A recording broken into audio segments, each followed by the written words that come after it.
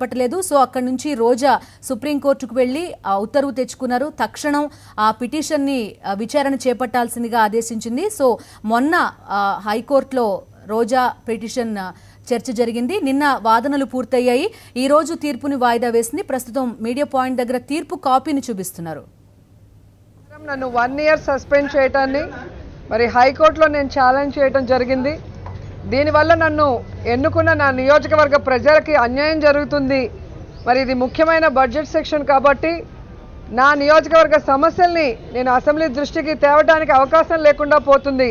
ఇది నా హక్కుల్ని హరించడం అని చెప్పి మరి హైకోర్టుని ఆశ్రయిస్తే నా హక్కులకి భంగం కలగకుండా నన్ను ఎన్నుకున్న నా నియోజకవర్గ ప్రజలకి అన్యాయం జరగకుండా అసెంబ్లీ సెక్షన్స్కి నేను ఎంటర్ అయ్యే విధంగా సస్పెన్షన్ని మరి రివోక్ చేసి నన్ను అసెంబ్లీకి వెళ్లాల్సిందిగా ఈరోజు హైకోర్టు ఆర్డర్ ఇవ్వడం జరిగింది.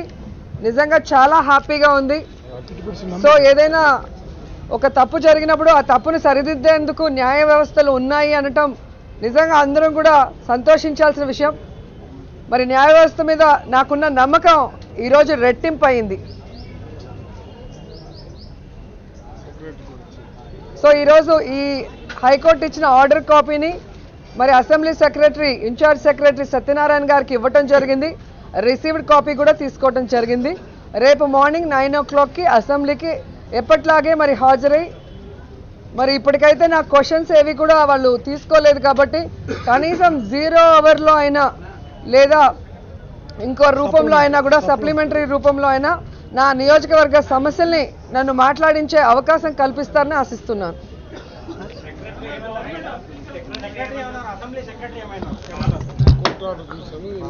ఏం చెప్పలేదు. కోర్టు ఆర్డర్ తీసుకున్నారు, రిసీవ్ చేసుకున్నట్టు టైము తన సైనుతో రిసీవ్ చేసుకొని ఇచ్చేస్తారు.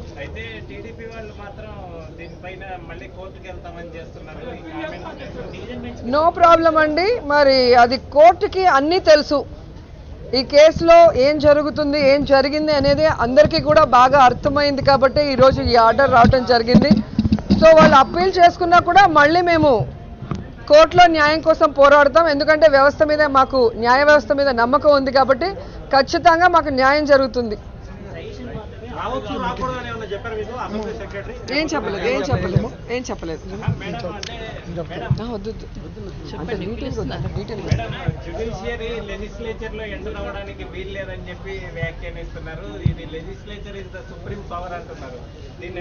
మరి న్యాయ వ్యవస్థని వాళ్ళు గౌరవించకుండా హైకోర్టు ఇచ్చిన తీర్పునే వాళ్ళు వక్రీకరించి మాట్లాడితే మరి దాన్ని హైకోర్టు ఖచ్చితంగా పరిగణలోకి తీసుకొని ఆలోచించి మరి ఏం చర్యలు చేపట్టాలో వాళ్ళ మీద చర్యలు చేపడుతుంది.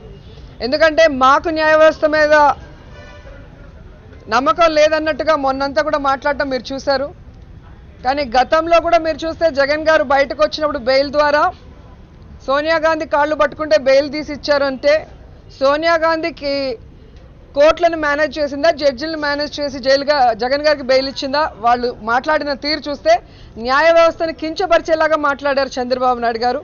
మళ్ళీ ఈరోజు అదే విధంగా న్యాయ వ్యవస్థను కించపరిచే విధంగా ఆర్డర్ ఇచ్చిన తర్వాత కూడా మేము రానివ్వము అంటే ఖచ్చితంగా కోర్టు దీని మీద డెసిషన్ తీసుకుంటుంది.